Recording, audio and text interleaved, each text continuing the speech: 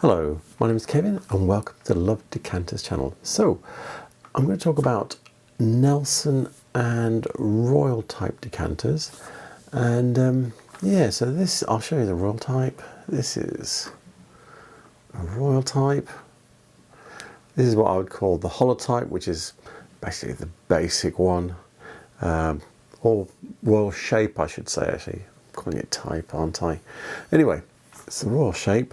It's basically roughly mushroom stopper, 3 neck rings, and then you've got a straight shoulder, cylinder body, and so basically it is really the sort of like angular corner here, cylinder body, and neck rings that you can use to grip it tightly when you're pouring.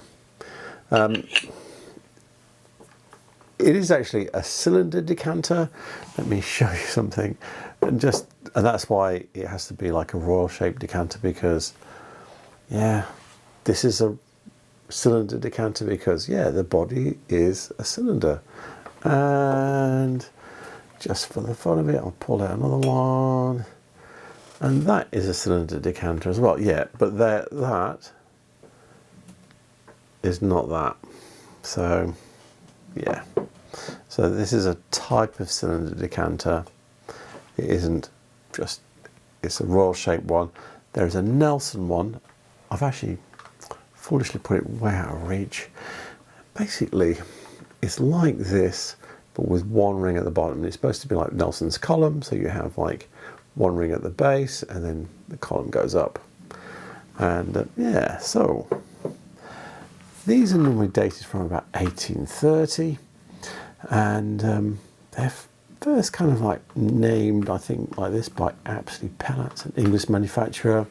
There's an advert or some sort of trade catalogue from 1838 that has that shape in it. In the books, they usually say 1830, so it's been around a bit longer. And I managed to find 2 books that actually you call it that shape Royal and the other one Nelson. So one is this one here. Let's pull it out. How to identify English drinking glasses and decanters, 1680 to 1830 by Douglas Ash. This is one of the first books I bought. And the other one is the Collected Decanters. It's a Jane Hollingsworth, I think, is the author. I'm not going to bother with the pictures and stuff that they've got, but they're in there. I think they've lifted them straight out of the Apsley Pellets thing, or redrawn them from there. I think both of them have redrawn them as opposed to sort of like cut and paste, because they're both older books, so you can't just digitize things and pull them out quite so easy as you can now. So how am I going to start this? I'm going to start by showing you the Apsley Pellets advert.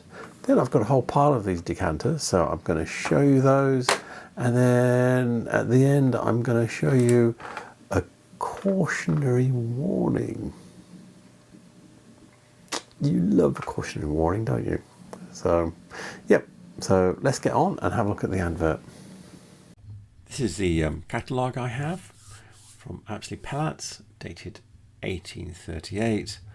I've downloaded this from the Corning Museum of Glass online library. Highly recommended. I'll give you a link to that. But anyway, this is really good because it's a really nice snapshot of glass that was being made in 1838. And these are the decanters. So you've got 25 and 26 are the numbers.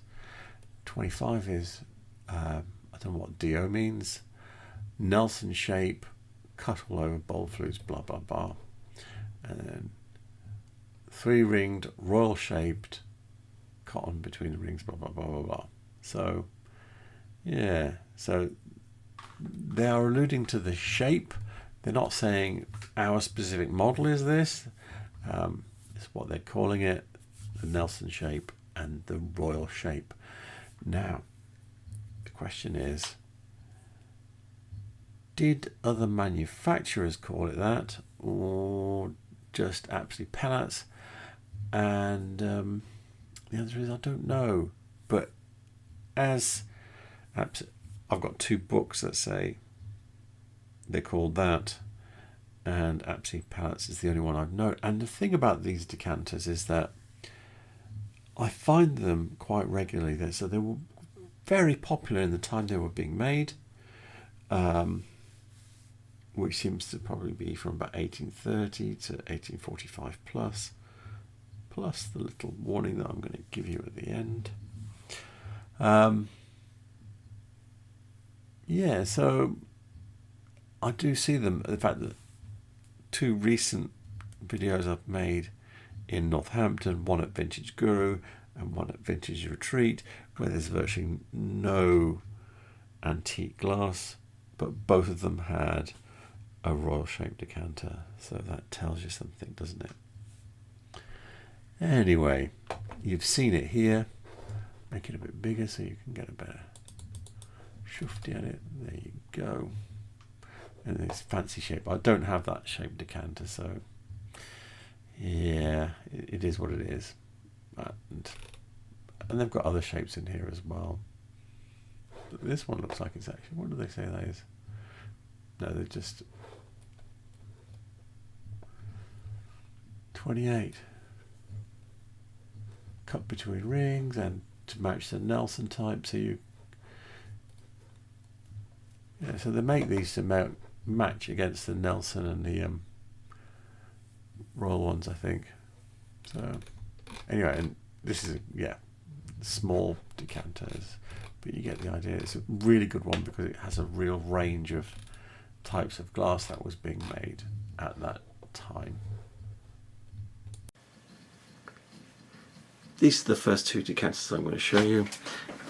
This one here is like the definitive one, the plain one, base model, whatever, holotype for the Nelson shaped decanter. Basically got some ribs, panel cut shoulder, 3 neck rings. They don't always have, but quite often they have a cartwheel base. That's what that type of cutting is called. And if they have that, if I get that out, yep, they have a matching star on the stopper. There we go. And I've put this one in to show you how these things progress sometimes. So this one has got printies cut here and here, and then it's got little panels cut, as well as the panels on the shoulder. It's got little panels cut between the rings, and then it's got slice cut and neck as well to go with the sort of like extra cutting that they've got in here. And also it's got printies here on the edge of the stopper to match the printies here, so it kind of pulls it together, from a design point of view. And I think I do have somewhere in my collection one with just one in the middle, and that has this here, but it doesn't have these, but then it doesn't have so it's like cost wise, and you could line up and go, yeah, these ones are like 10 shillings and the other one is like 12 shillings and this one's 15 shillings.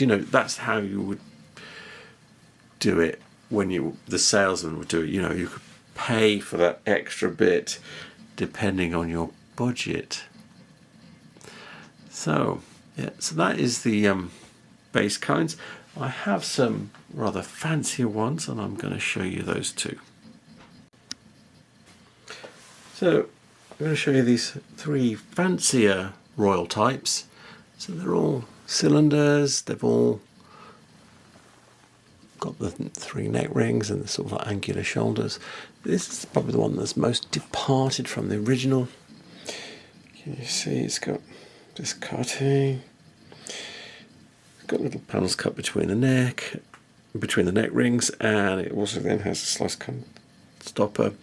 What is fun about it is, let me take the stopper off so I don't drop it. If you look underneath, it's got like the cartwheel, but it's like a double cut with a flat top, and then these go out here, and then you've got pillar cutting running up there, and then on the stopper you have the base of the stopper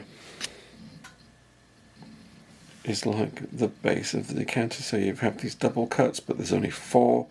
But then on the sides you've got the pillar cut that's cut there, so the stopper is kind of matching with the bottle of the decanter, so that's quite a nice feature to go, yeah, these really do to go together. This one's not quite so obvious. So it's got these little cone cutting and little panels cut, and then it's got these sort of like half stars cut, and it kind of goes with how the stopper's cut. This is kind of has the same intensity as the stopper. It's got a slightly odd mushroom there. And then you've got this one here. Now, this is the fanciest one, I think. It's, I'd count this as Anglo-Irish. Let me take the stopper out and pull it close. So you can see it's actually got these blazes, diagonal blazes here. It's got a polished pontil, but it's quite a big wide one. Then you can see it's got these square which are plain, these ones which have fine diamonds in, and then you've got the rest of it is just your classic royal type. And the stopper is kind of like, doesn't really, it's more of a generic type of blown stopper, but yeah, the way it's made and everything is, can you see the base? It's like, this hasn't been chopped down at all, because you could see the base is natural glass, which is not normal for this period, and it fits exactly. So although that's a generic type, I'm happy that they're together, because the stopper has not been cut to fit with that decanter, or at least not beyond initial. It looks like very little was cut off it to get it to fit. And yeah, normally when stoppers are cut to fit, if it's like this, let me show you, more of this rounded base is gone. That is just rounded just right there, and then just ground a bit to fit, and it fits perfectly. So I'm very happy with that. So those are the last of the rods I'm going to show you. I do have more, but yeah, I don't want to kill you with kindness, so or boredom, depending on your point of view. But anyway, I'm going to show. I have one Nelson, and I'll show you that now. This is the Nelson type that I have to show you. It's a real classic. Does have some condition issues. I'll tell you about those. So it has this panel cut body, panel cut shoulders, your single ring, then panel cut neck. The edge of the neck is cut, or the pouring rim is cut, and then you've got cutting all over the stopper, cutting it into panels. It does have a star cut base, just a normally star cut base. And yeah, I'll tell you about the issues. Here it is. Can you see that? I'm showing this because I'm telling you, don't do this. I got this off eBay and it looked in really good condition. It was cheap, and then they kind of packed it with the stopper kind of loose inside the box. It must have collided quite heavily with the decanter in there a couple of times. So I've glued this back on because I couldn't bear to just chuck it. It's got another chip there. Yeah, I was very, very unhappy about that. I think, yeah, there's another chip there. Very unhappy. And this, I think it's got a little chip around the base or something, but it's not too bad. But look there. But it really peed me a lot that happened.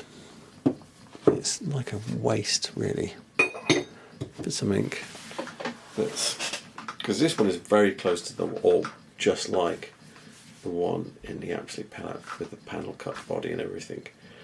Yeah. That kind of thing just hurts me. Anyway, that's what that is. So there you go. That's a Nelson type because this is like Nelson's column. So here's my little word of warning. This is the Equinus catalogue for 1960 that I downloaded from the Bergala Glastechnica website. And yeah, this one, and this one are royal shapes. But even these mallets here, they look very period as well.